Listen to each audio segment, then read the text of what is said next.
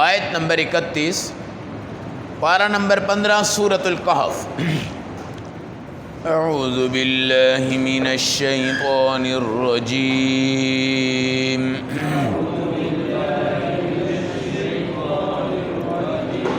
بسم اللہ الرحمن الرحیم۔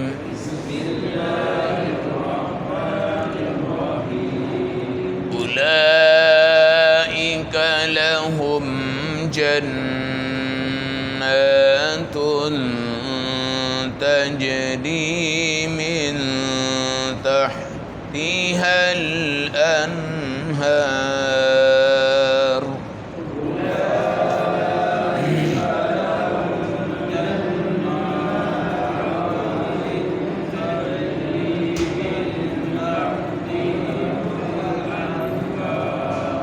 يحلون فيها من أساور من ذهب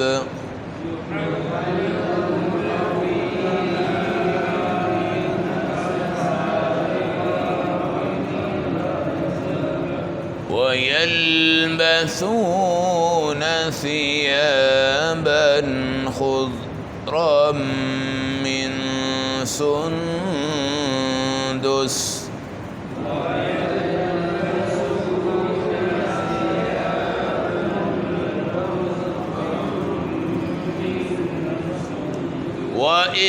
وإستبرق متكئين فيها على الأرائك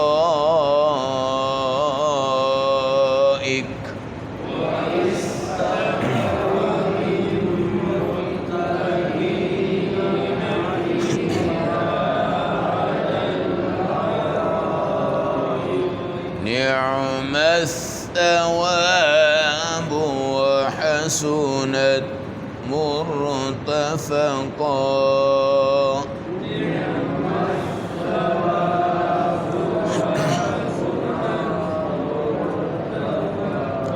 صدق اللہ العظیم۔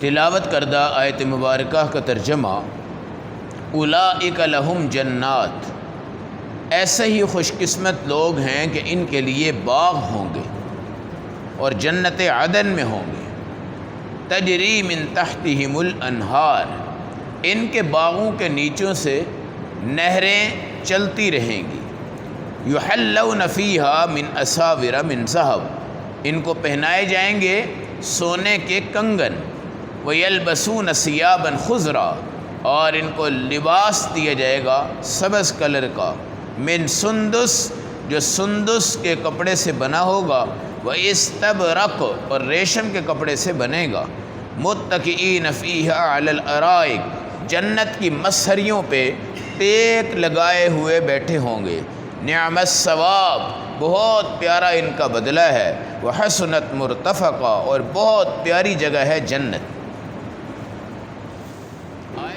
ان حضرات کا انعام جو ایمان بھی لائیں اور اعمال بھی کریں، ایمان بھی لائیں اعمال بھی کریں، اللہ ان کو باغ دیں گے۔ باغ ایسے ہوں گے کہ 24 گھنٹے ان کے نیچے سے نہر جاری ہوگی۔ دنیا میں آپ نے زراعت کے اصول دیکھے ہیں کہ ان کو مخصوص اوقات میں پانی دیا جاتا ہے، اور اگر پانی وہاں 24 گھنٹے رکھا جائے اور 12 مہینے رکھا جائے تو کہیں کھیتی نہیں ہو سکتی۔ پانی کے مخصوص اوقات ہیں، مخصوص ایام ہیں، بعض دفعہ پانی زیادہ دینا پڑتا ہے، بعض دفعہ کم دینا پڑتا ہے، مگر جنت کی نہریں ایسی ہوں گی کہ جن کے اندر لگے ہوں گے باغ، سبزیاں، پھل، کیلے، سیب، انار، امرود، انگور، کشمش، بادام، کینو، مالٹے، دنیا کائنات کا کوئی بھی پھل ہے جو آپ کے تصور میں آئے گا۔ آپ باہر نکلیں گے اپنے کمرے سے، آپ کے تصور میں آئے گا کہ ادھر سیب ہو تو وہ تصور سے ہی سامنے آ جائے گا، ادھر مالٹا ہو تصور سے ہی آ جائے گا، مگر ان کا ذائقہ جنت کا ہوگا۔ سامنے جو کور ہے وہ دنیا کا ہوگا۔ دنیا کا کور میں رکھنے کا مقصد یہ ہے کہ آپ ان کو پہچان سکیں، آپ کو اجنبیت محسوس نہ ہو، مگر اندر کا ذائقہ مختلف ہوگا۔ اب اگر مالٹے کے 20 پیس ہیں، پہلے کا ذائقہ اور ہوگا، دوسرے کا اور ہوگا، تیسرے کا اور ہوگا، چوتھے کا اور ہوگا، پانچویں کا اور ہوگا، جو سب سے آخری ہے اس کا سب سے عمدہ ذائقہ ہوگا۔ جبکہ یہاں روٹی آپ کھاتے ہیں تو بڑا ٹیسٹ آتا ہے، آپ کو کیا آتا ہے؟ بڑا ٹیسٹ آتا ہے۔ 4 لقمے جاتے ہیں، پھر 6، پھر 8، پھر 10، پھر 12، پھر 15۔ اب آپ کا پیٹ کیا ہو گیا؟ بھرنا شروع ہو گیا۔ جب شروع ہو گیا تو وہی کڑھائی ہے، وہی کڑھائی ہے، لیکن آپ کا مزہ ختم ہو گیا۔ آپ کا مزہ، جنت میں کام الٹا ہے۔ جنت میں کام شروع سٹارٹ سے مزے کم ہیں، آخر میں مزہ سب سے زیادہ ہے، اس لیے کہ جنت کی نعمت کو بیکار سمجھ کے پھینک نہیں سکتے، آپ ضائع نہیں کر سکتے۔ اور جو آپ کھائیں گے، 1 ڈکار آئے گا، صرف 1 ڈکار۔ وہاں پہ ہوا خارج نہیں ہوگی، چھوٹا پیشاب نہیں ہے، پاخانہ بھی نہیں ہے، تھوک نہیں ہے، بلغم نہیں ہے، کیرا نہیں ہے، باسی جو ہمیں آتی ہے یہ وہاں پہ نہیں ہے، چھینکیں وہاں پہ نہیں ہیں، سر درد وہاں پہ نہیں ہے، چیسٹ آپ کی کبھی وہاں زندگی میں خراب نہیں ہوگی، اور نہ ہی وہاں پہ کوئی بڑھاپا ہوگا۔ وہاں کی زندگی ایک جیسی ہے، وہاں کی زندگی ایک جیسی ہے، سب کی طبیعت، سب کے قد، سب کے جسم، سب کے صحت برابر ہوں گے، اور کسی کے اندر کوئی تھکاوٹ کا نام والا مسئلہ نہیں ہوگا۔ یحلون فیہا من اساور من ذہب، سونے کے کنگن اللہ آپ کو وہاں پہنائیں گے، سونے کے کنگن۔ اس جگہ حرام ہے سونا حرام ہے۔ نبی پاک صلی اللہ علیہ وسلم نے سونے کی انگوٹھی استعمال فرمائی ہے، بعد میں حرام ہو گیا، اللہ کے نبی نے اتار دی، صحابہ نے بھی اتار دی۔ ایک صحابی نے اٹھا کے ایسے پھینکی، دوسرے نے آ کر کہا کہ اللہ کے نبی نے پہلے منع کیا تھا، وہ چلے گئے، اب اس کو اٹھا کے رکھ لو۔ فرمایا میں قیامت تک اس کو ہاتھ نہیں لگاؤں گا۔ اس سے اللہ کے نبی نے کیا کیا ہے؟ منع کیا ہے۔ سونے کا مالک بننا اور چیز ہے، مگر سونے کا استعمال مردوں کے لیے کیا ہے؟ حرام ہے۔ خاص طور پہ جب ابتدا ہوتی ہے منگنی کے وقت، اس وقت جو انگوٹھی پہناتے ہیں، یہ سب سے پہلا دھچکا ہے حرام کا، سب سے پہلا دھچکا ہے حرام کا۔ آپ اس انگوٹھی کو بھئی اس طرح کر لو، انگوٹھی لے لو، چلو پکڑ کے جیب میں ڈال لو، ہے جی، ہم نے پہنانی ہے، جی کیا کرنی ہے؟ پہنانی ہے۔ اور پہناتے وقت جب اس نے پہن لی تو پہلا حرام کام یہ ہوا ہے، پہلا حرام کام یہ ہوا ہے۔ اللہ رب العزت ہم سب کو اس چیز سے بچائے۔ حضور صلی اللہ علیہ وسلم نے فرمایا جو بندہ اس جگہ سونا پہنتا ہے آخرت میں اس کا کوئی حصہ نہیں ہے۔ یحلون فیہا من اساور من ذہب، سونے کے کنگن اللہ آپ کو وہاں پہ پہنائیں گے۔ سونے کے کنگن اشارہ ہے کہ وہاں آپ کو خوبصورت زینت والا بنایا جائے گا۔ کیا بنایا جائے گا؟ چمک دمک زینت جو آپ چاہیں گے۔ اور وَيَلْبَسُونَ ثِيَابًا خُضْرًا، سبز رنگ کا لباس آپ کو پہنایا جائے گا۔ یہ سبز رنگ کا لباس صرف ایک تذکرہ ہے، اس کا یہ مطلب نہیں ہے کہ باقی لباس آپ نہیں پہن سکتے۔ آپ وہاں پہ ہر قسم کا لباس پہن سکتے ہیں۔ وَلَكُمْ فِيهَا مَا تَشْتَهِي أَنفُسُكُمْ، 70 جوڑے ہوں گے جو آپ چینج کریں گے، 70 جوڑے ہوں گے جو آپ چینج کریں گے، اور ان کے رنگ بھی کیا ہوں گے؟ مختلف ہوں گے۔ خود ہی آئیں گے، خود ہی چلے جائیں گے، خود ہی پہنیں گے، خود ہی اتر جائیں گے، یہ سارا کا سارا نظام ہوگا۔ وَيَلْبَسُونَ ثِيَابًا خُضْرًا مِّن سُندُس، سندس تقریباً ریشم کی طرح کا ایک کپڑا ہوتا ہے، اور استبرق کہتے ہیں خالص ریشم کو۔ نبی پاک صلی اللہ علیہ وسلم نے مردوں کے لیے ریشم کو حرام قرار دیا ہے۔ البتہ حاشیہ، یہ جو حاشیہ ہے یہ آپ ریشم کا بنا لیں، آپ کو اس چیز کی اجازت ہے۔ حاشیہ جو ہے وہ ریشم کا بنا لیں، آپ کو اس چیز کی اجازت ہے۔ یا آپ اپنے بازوں کے اوپر سائڈوں پہ ریشم کی لیس لگا لیں، اجازت ہے۔ اس پہ لگا لیں، اجازت ہے۔ یہاں بھی نہیں لگاتے، یہاں بھی نہیں لگاتے، بین پہ لگا لیں، اس کی بھی تقریباً گنجائش ملتی ہے۔ صحابہ کرام میں بعض حضرات نے ریشم کا لباس پہنا ہے، اس سے بعض لوگ جو ہے نا وہ ریشم کا لباس استعمال کرتے ہیں۔ آج کل جو ہمارا بوسکی ہے یہ چائنا کا بھی آتا ہے اور دیگر علاقوں سے بھی آتا ہے۔ اگر یہ اصل اور 1 نمبر بوسکی ہو اور اس کا تانا بانا یہ دونوں اگر ریشم کے ہو تو یہ قطعاً حرام ہے۔ کیا ہے؟ یہ قطعاً حرام ہے، اور اس میں ریشم کی ایک بہت بڑی مقدار کیا ہوتی ہے، پائی جاتی ہے۔ اس طرح کرنڈی کے اندر بھی بعض حضرات نے لکھا ہے ریشم کا استعمال اس کے اندر بھی کیا جاتا ہے۔ بہرحال بوسکی اگر خالص ہو، اصلی ہو، اس کے اندر وہ ریشم اتنی مقدار میں ہے کہ وہ مردوں کے لیے بالکل کیا ہے، حرام ہے۔ آج کل اکثر مسلمانوں کا یہ نظریہ ہے کہ ہم شادی میں بوسکی کا سوٹ پہنتے ہیں۔ کیا پہنتے ہیں؟ شادی کا بوسکی کا سوٹ پہنتے ہیں۔ اس لیے اس چیز سے بچا کریں۔ سونے کی انگوٹھی، بوسکی کا سوٹ، سونے کی انگوٹھی، بوسکی کا سوٹ، ان دو چیزوں سے اپنے آپ کو بچائیں۔ ہاں اگر آ گیا ہے بوسکی، اگر آپ کو دے دی جائے تو بیگم کو دے دو بھائی، کلر کروا کے پہن لے۔ جی سونے کی انگوٹھی اگر آپ کو دی جا رہی ہے، آپ الٹی اپنی بیگم کو پہنا دو، اس میں کیا حرج کی بات ہے؟ ان کو میں پہننا نہیں ہے، رکھ دو بھائی، جیب میں ڈال دیتا ہوں، رکھ دیتا ہوں، پہنوں گا نہیں، پہنوں گا نہیں۔ اور استبرق، ریشم کے لباس اللہ آپ کو وہاں پہ عطا فرمائیں گے۔ حضور صلی اللہ علیہ وسلم نے صحابہ سے فرمایا، حضرت سعد کو ریشم کے جو لباس اور رومال اور تولیے جنت میں ملے ہیں، وہ تمہارے اس ریشم سے کیا ہیں؟ اعلیٰ ہیں اور بڑے خوبصورت ہیں۔ بڑے کیا ہیں؟ خوبصورت ہیں۔ متکئین فیہا علی الارائک، مسریاں لگی ہوں گی، پھٹے لگے ہوں گے۔ جی یہ سرحد پہ آپ گئے نا، ہوٹلوں میں بڑے بڑے پھٹے لگے ہوتے ہیں، اور وہاں دمبا کڑھائیاں لوگ کیا کر رہے ہوتے ہیں، کھا رہے ہوتے ہیں، اور پیچھے گو زبان تکیے لگے ہوتے ہیں، اور بڑا ایک خوبصورت قسم کا ان کا ایک نظام ہوتا ہے، اور اس کے اوپر بڑے بڑے لوگ کیا ہوتے ہیں، بیٹھتے ہیں کہ دنیا کے چودھری ہیں، لیکن آخرت کے چودھری کیا ہوں گے؟ متکئین فیہا علی الارائک، ٹیک لگا کے بیٹھیں گے، چودھری بن کے بیٹھیں گے۔ وہاں چودھری بننے کی اجازت ہے، وہاں فخر کی بھی اجازت ہے، وہاں تکبر کی بھی اجازت ہے، وہاں سب اجازتیں ہیں، وہاں آپ کو کوئی چیز منع نہیں ہوگی، اس لیے کہ وہ گناہوں سے پاک گھر ہے، گناہوں سے پاک گھر ہے۔ نعم الثواب، یہ اصل ثواب ہے، یہ اصل ثواب ہے، کس کا؟ ایمان والوں کا، اعمال والوں کا، ایمان والوں کا، اعمال والوں کا۔ یہ جنت ہے بھائی، جنت، جنت کا اشتیاق پیدا کیا کرو، جنت کا شوق پیدا کیا کرو، جنت کو ذائقوں سے دیکھا کرو، جنت کو مزوں سے دیکھا کرو، جنت کو سوچا کرو، جنت کا تصور کیا کرو۔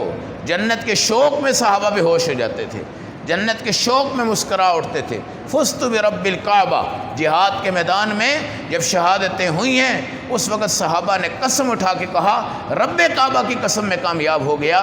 ان کو کیا پتا کہ وہ کامیاب ہو گئے، اس لیے کہ مجاہد کے سامنے سے پردے بالکل ہٹائے جاتے ہیں، سامنے حوریں، نہریں، درخت، جنت، تکیے، اسرے، گدے، ریشم اور تمام چیزیں ان کو نظر آ رہی ہوتی ہیں۔ ان کو دائیں طرف بائیں طرف ایٹم بم، گولی، تلوار، خنجر، کسی چیز کا کوئی فکر نہیں ہوتا، اور بھاگ رہا ہوتا ہے مجاہد، بھاگ رہا ہوتا ہے، اللہ کے راستے میں بھاگ رہا ہوتا ہے۔ اللہ اس کو وقار دیتے ہیں، اللہ اس کو سکینہ دیتے ہیں، اللہ اس کو فتح دیتے ہیں، اللہ اس کو مزہ دیتے ہیں۔ جب وہ جنت کو دیکھتا ہے، اس کا اشتیاق ہوتا ہے کہ میں جنت میں جاؤں، پھر جنت میں جاؤں، پھر جنت میں جاؤں۔ لیکن جو اس کو تیر لگتا ہے وہ شہد سے زیادہ میٹھا ہو کر جاتا ہے، جو اس کو خنجر لگتا ہے، تلوار لگتی ہے، کوئی درد نہیں ہوتی۔ وہ جنت کی شوق میں بڑھ رہا ہوتا ہے، اللہ کے دیدار میں بڑھ رہا ہوتا ہے، حوروں کے دیدار میں بڑھ رہا ہوتا ہے، اور وہ ایک دم سے شہید ہو کے کہتے ہیں کہ پہلا قدم یہاں پہ ہے، دوسرا جنت میں ہے۔ کیوں جنت میں ہے؟ اس کو نظر آ رہا ہوتا ہے، اس کو جنت نظر آ رہی ہوتی ہے۔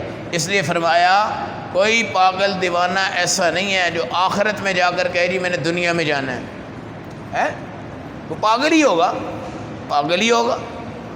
کوئی ایسا نہیں ہے، کوئی ایسا نہیں ہے۔ اب کوئی ایسا نہیں ہے کہ کیا مطلب ہے؟ ارب پتی لوگ بھی ہیں، کھرب پتی لوگ بھی ہیں، پوری دنیا کے یہاں بادشاہ بھی گزرے، لیکن حدیث میں آتا ہے کوئی بندہ جنت میں جا کے دنیا میں آنے کی تمنا نہیں کرے گا۔ اب ہم سوچ رہے ہوتے ہیں یار مر گئے تو میری گاڑی اور پلاٹ اور مکان ہے، میرا محلہ، یہ بازار، یہ شاپنگ سینٹر، یہ چنگی امر سدو کا علاقہ، یہ دائیں بائیں، یہ چھوٹ جائیں گے، مجھ سے کیا ہوں گے؟ چھوٹ جائیں گے۔ لیکن اللہ کے نبی نے قسم اٹھا کے فرمایا کوئی وہاں جا کے یہاں کا سوچے گا بھی نہیں۔ کہتا نہیں یار وہاں جا کر تو بھول ہی گئے ہو، وہاں جا کر تو کوئی لفٹ ہی نہیں ہے، کوئی لفٹ ہی، کوئی بندہ امریکہ چلا جائے ہیں، کوئی دوسری جگہوں پہ چلا جائے، تیسری جگہوں پہ چلا جائے، کسی کو لفٹ نہیں کرواتا۔ اور یہاں کیا کہہ رہا ہوتا ہے جی میں اگر یار وہاں پہنچ گیا تو میں تمہیں ہر دن کال کروں، میں تمہیں کبھی بھولوں گا نہیں، میں تمہیں یہ دوں گا۔ لیکن بڑے سے بڑے بندے بھول جاتے ہیں اور سمجھتے ہیں کہ یار ہم پتہ نہیں کون سے جہاں میں آ گئے ہیں، کون سے جہاں میں آ گئے ہیں۔ اور یہاں جب پاکستان آتے ہیں یا اپنے گاؤں میں جاتے ہیں تو کسی کو لفٹ بھی نہیں کرواتے. اور رسول پاک علیہ الصلاۃ والسلام سے عظیم درجے میں کوئی گیا نہیں گیا، لیکن آپ آگے بڑھ کے اپنے خادم کو سلام کرتے تھے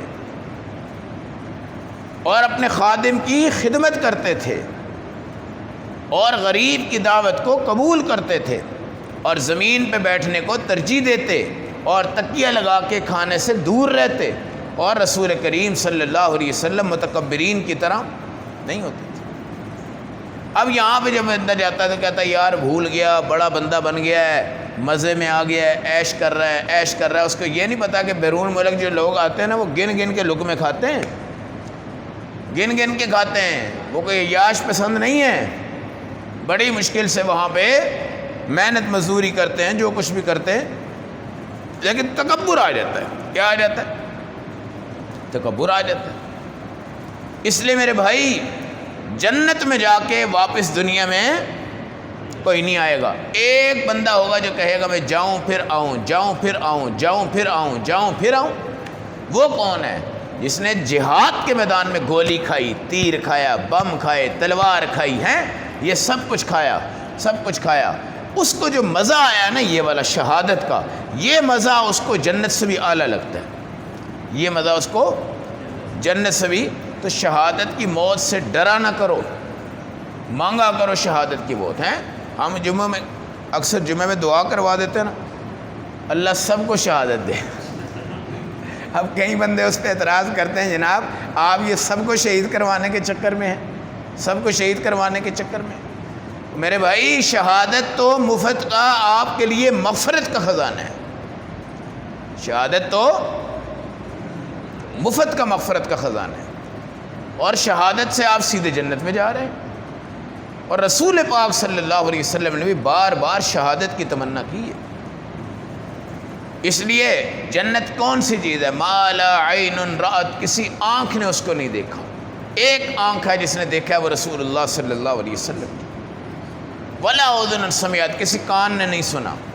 ولا خطر علی قلب بشر، نہ آپ کے دل پر اس کا تصور ہو سکتا ہے، دل پر اس کا تصور. دنیا کی تمام ذائقے والی چیزیں ایک طرف کر دو، ان کا تصور آپ کے دل پہ ہو سکتا ہے جی، لیکن جنت کا تصور بھی آپ کے دل میں ابھی تک نہیں گھوما. تو یہ بھی مراقبہ ہوتا ہے. جنت ملنی ہے انشاءاللہ. کلمہ توحید ہو، اعمال ہوں، اور یہ باغ، یہ نہریں، یہ سونے کے کنگن، یہ ریشم کے جوڑے، یہ حسن، یہ نظام اور یہ بہترین زندگی ہے. اس لیے جنت کے اشتیاق کے لیے بندے کو محنت کرنی پڑتی ہے. جنت کے شوق کے لیے بندے کو طلب کرنی چاہیے. جنت کے شوق کے لیے بندے کو اللہ کی عبادت، ملاقات، محبت، اخلاق کا تصور کرنا چاہیے. اللہ ہم سب کو ان اعمال اور نیک ایمان کے ذریعے جنت الفردوس کا اعلیٰ مقام نصیب فرمائے.